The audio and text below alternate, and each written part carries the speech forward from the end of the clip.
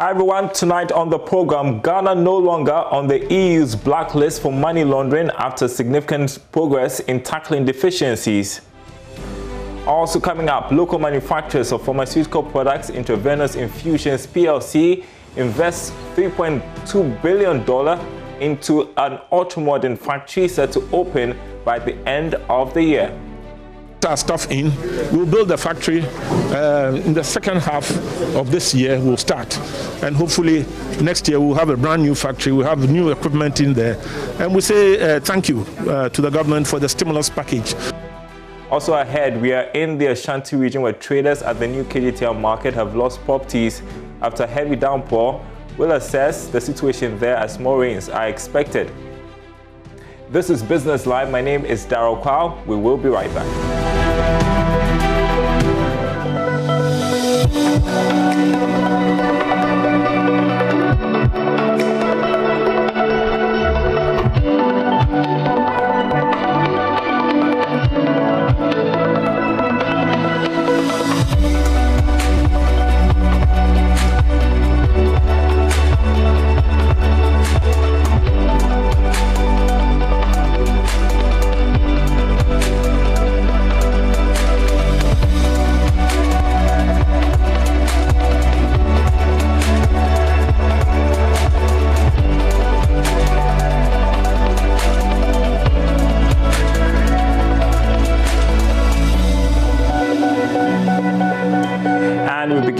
News breaking tonight. Good news, in fact. Ghana is no longer on the EU's list of countries that have failed to put in measures to fight money laundering.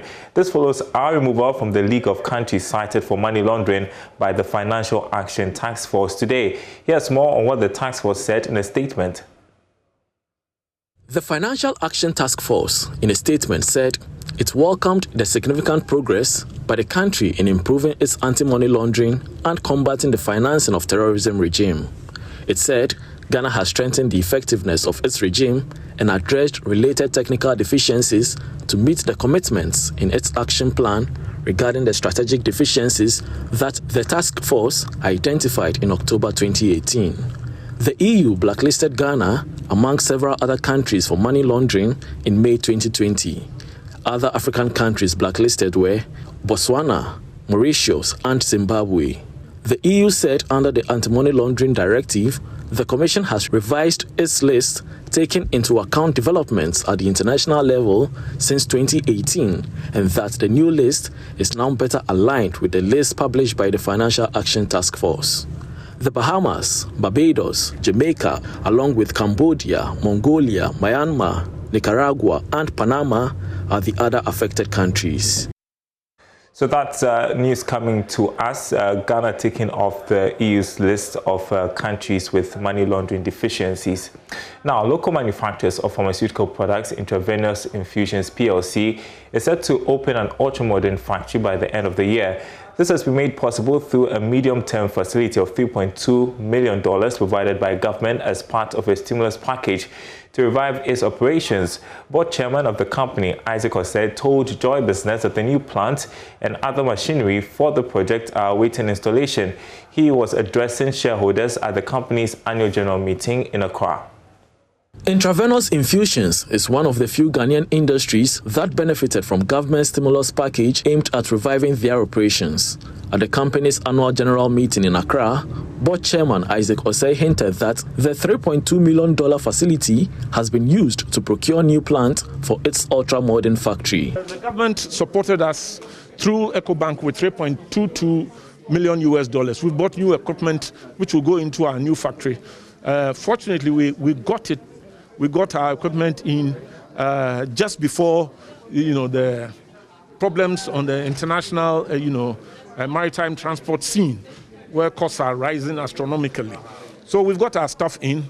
We'll build the factory in the second half of this year. We'll start, and hopefully next year we'll have a brand new factory. We'll have new equipment in there, and we say thank you to the government for the stimulus package which they provided for Ghanaian industry.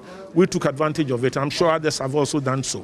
Despite a difficult year for the company in 2020, it has been able to declare dividend for shareholders. Managing Director for Intravenous Infusions, Mukhtar Swalihu, disclosed that the company will be venturing the manufacturing of vaccines as part of the medium-term strategy. See that we may also look at the moment, there is discussion that is going on between governments and then the Pharmaceutical Association of Ghana, Manufacturers Association of Ghana. So we are hoping that we'll move the discussions from there so that every company will know how it's going to take advantage of it. And we are well positioned to look at it. Very, very, very. In fact, like the chairman says, we are very grateful to the government. And I think that the whole agenda of the government is to see how they can support the pharma business. Because right now, the stimulus package is available to all companies, and a number of pharmaceutical companies have taken advantage of that, and we have also done so.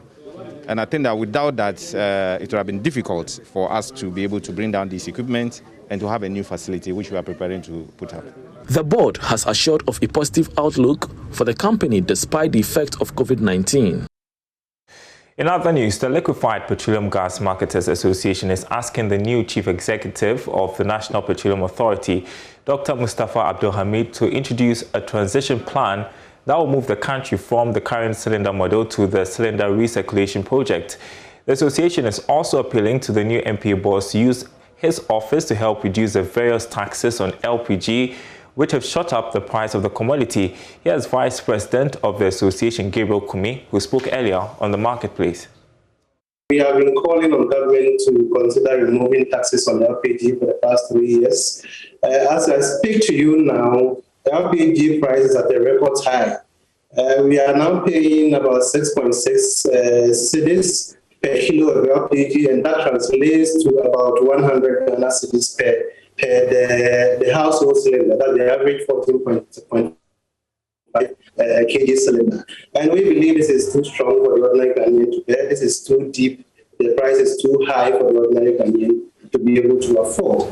And that has really, the hiking price has really slowed down consumption of LPG in Ghana. And indeed, LPG consumption in Ghana has taken a nosedive since October last year, when prices started getting steep. And that's pretty worrying. And so I'm also hearing that you're also asking for a transition plan for the cylinder recirculation project, which is also very important, isn't it? Exactly the point. I mean, for the past 4 years, we've been making an attempt to introduce cylinder recirculation, but that attempt has not been very successful. And it's because of two main reasons. We don't have a clear-cut plan for this transition. We are not operating in a greenfield. There has been an existing industry that has been in existence for the past 25 years. Per this policy, we are not trying to introduce a new industry. We are just trying to adopt a new strategy to an existing industry. There is the need for us to have a clear plan. And at this moment, we are advocating for about 5-7 year transition plan to be able to fully implement cylinder recirculation in Ghana. Any attempt to be quick at it and to move it as we have done for the past 4 years will not be successful. We're heading next to the Ashanti region, where the KJTR market has been taken over by water. It's been raining there the past few days, and the traders are having to scoop out water from their stalls. Nanaya Jima has more. Kumasi has experienced 2 successive nights of heavy downpour. At the KJTR market, shopkeepers made an effort to remove any remaining flood water from their stalls after the water receded. Some wares destroyed by the water are moved out, while some are salvaged. Affected traders count their loss. Lost our clothes, materials, shoes, our hair, a lot. I saw provisions. Some of them are completely destroyed. The oats, for instance, I have to throw everything away.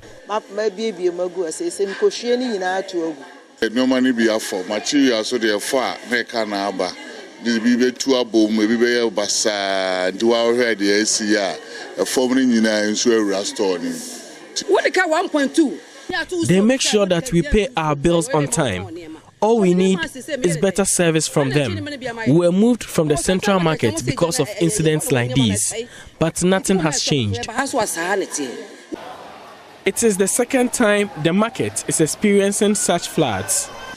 This is the control room of the Kumasi KJTR market, and it's part of the administration block here.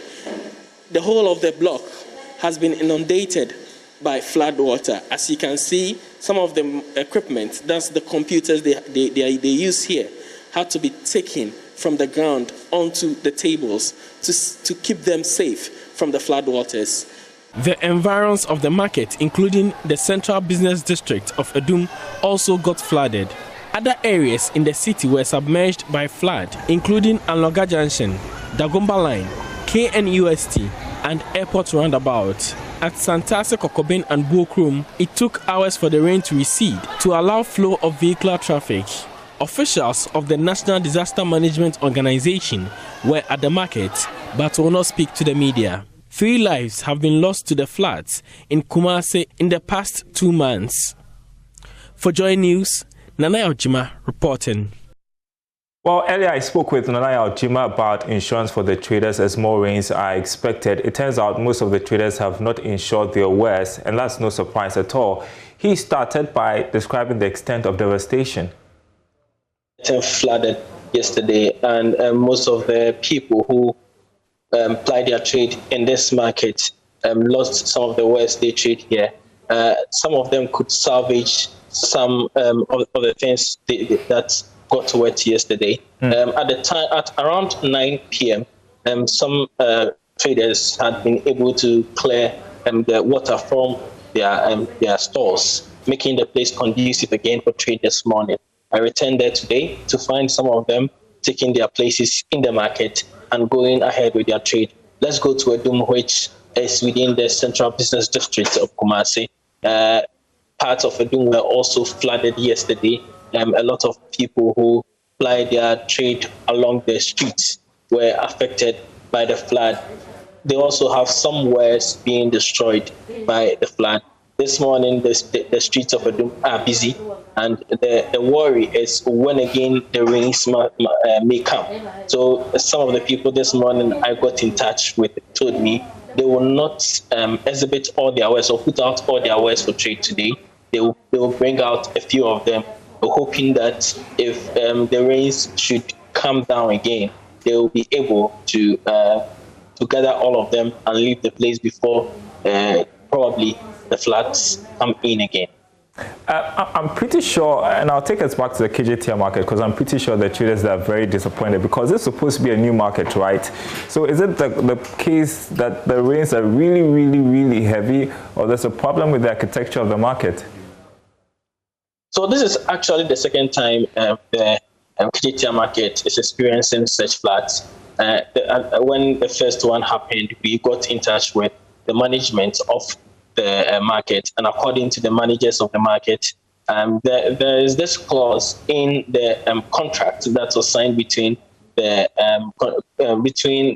city authorities and contractors of the market, that if they should use the market for some time and experience any unfortunate incidents, which probably could be as a result of architecture or engineering problems, the contractors who called back to work on these facilities. So according to managers, when the first flood was recorded, they had to call in these people to come and rectify the situation. Now they've started investigating the cause of the fire, of the flood. Yeah. Now it has not been established yet. So according to managers, they are still working with the Brazilian company to see what probably could be the cause of the incident. If it is engineering, they are trusting the contractors to come back and help with the situation. Right, just 30 seconds if you can, Nanaya. So the rains are just beginning, it's just beginning. So have traders insured their businesses, do you know, based on your interaction with them? Most of the people I spoke to yesterday are not aware that there is such a facility in terms of insurance for their wares, especially against flood. So a lot of them do not have any insurance for the things they trade here. Nalaya Jimathe, you're watching Business Live. Ahead, we will be talking about COVID-19 economic recovery. We'll be hearing from the Finance Minister, Ken Ofori-Atta, who is making a strong case for regional banks in Africa to be recapitalized to fast-track economic rebound. There's a real urgency for us to pull in capital and support critical investment while giving renewed impetus for job creation and economic diversification.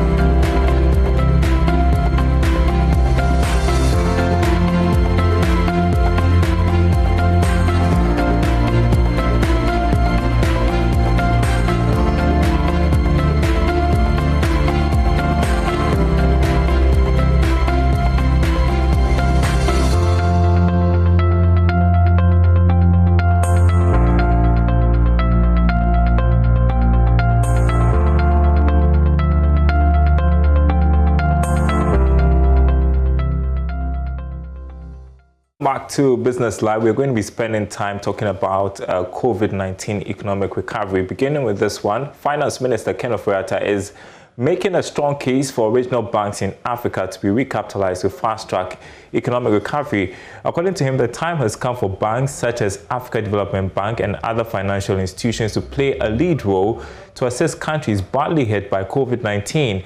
The Finance Minister was speaking at the annual meeting of the African Development Bank. Critically, we must also enhance the ability of regional financial institutions to lead our economic recovery. The historic $115 billion capital injection into ADB from shareholders is timely, but we must go further, as is evident now. A well-capitalized AFDB offers the continent a better path towards development than global institutions like the World Bank and IMF. The Africa Development Bank will be critical for building resilient economies in a post-COVID-19 Africa. As we advance building back greener and better, will require Africa Development Bank to show leadership to address three critical categories of risk, namely the risk of greater pandemic resurgence, which will affect African countries disproportionately, the risk of reduced capital inflows because of the perceived economic effects of the pandemic resurgence, the risk of lasting economic damage from the pandemic exacerbating poverty and inequality within African countries. The capital we need, there's a real urgency for us to pull in capital and support critical investment while giving renewed impetus for job creation and economic diversification. I believe initiatives such as the Africa Development High Five and the launch of programs that promote our continent's young entrepreneurs will position us to respond to the challenges of supporting inclusive growth and the transition to green growth. Excellencies, we must irreversibly entrench the position of African Development Bank to lead the charge in Africa's build back and confront historical injustices, including risk premiums, illicit financial flows, and a tectonic shift of the global financial architecture. Why are we here? But to create the most credible financial institution that would ensure that we work in a counter-cyclical way. Chief Executive Officer of the Ghana Investment Promotion Center, Yofi Grant, has been speaking at the Ghana Diaspora Investment Summit, where he's urged the about 3 million Ghanaians in the diaspora to invest in the country to aid the economic rebound post-COVID-19. Ghana is ranked second most peaceful country in Africa and the most peaceful in West Africa by the 2021 Global Peace Index. And I dare say that since 2017, Ghana has embarked on a new path of economic development. And from a GDP growth that had slowed down to its lowest in 20 years in 2016 to 3.6%. The new direction and a new commitment to the economy in 2017 doubled that GDP growth to 8.1%. And we are happy to say that in the 3 years preceding to 2020, Ghana's economy was growing at an average of 7% per annum, one of the fastest growth rates in the world. So we are peaceful. We have an economy that is showing great promise. We have to now work with all our partners everywhere in the world to make that happen. And as we go out seeking FDI, we also seek partnerships with the diaspora. And I also, once again, will take the opportunity to say that Ghana has positioned itself through its programs throughout the years, from the PANAFEST to the Joseph Project, and to the Year of the Return and beyond the year return, as a de facto, if I may choose that word to use, Mecca for the African in the diaspora. And that is the basis on which we are constructing Our Homeland Act and our diaspora policy. But I say in Ghana, the opportunities are immense. And they are built on a foundation of a strong maxim called Ghana Beyond Aid, a national agenda aimed at creating a wealthy, inclusive, sustainable, empowered, and resilient Ghana. Now, about 76% of firms are hopeful that the African Continental Free Trade Agreement will transform their businesses post-COVID-19.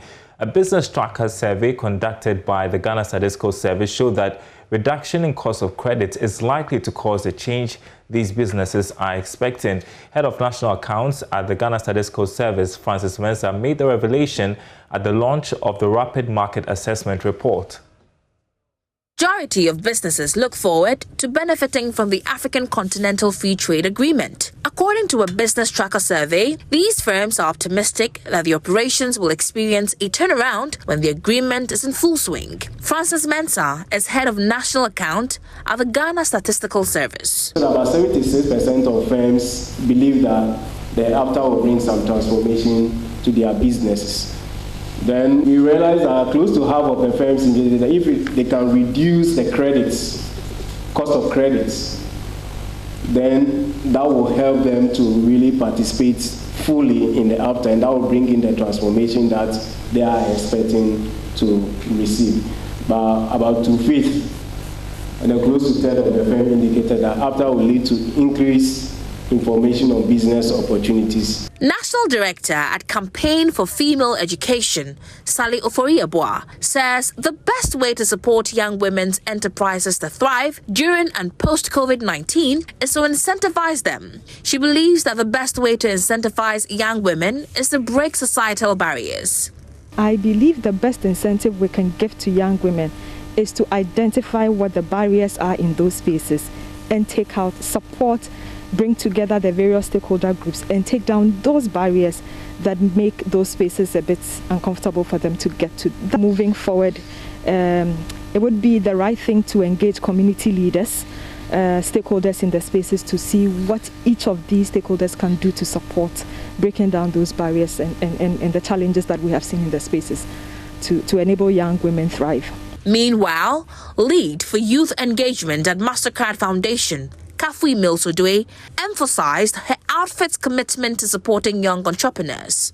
At the MasterCard Foundation, creating opportunities for young people to realize their potential is the heart of everything we do, which is why we launched our Young Africa Works strategy 3 years ago with the bold ambition to enable 30 million young people across Africa to access dignified and fulfilling work by 2030. The Rapid Market Assessment Report was launched at the annual MasterCard Foundation Scholars Program Research and Learning Summit. This year's summit was on a theme supporting young women's enterprises to thrive during and post-COVID-19. What will work?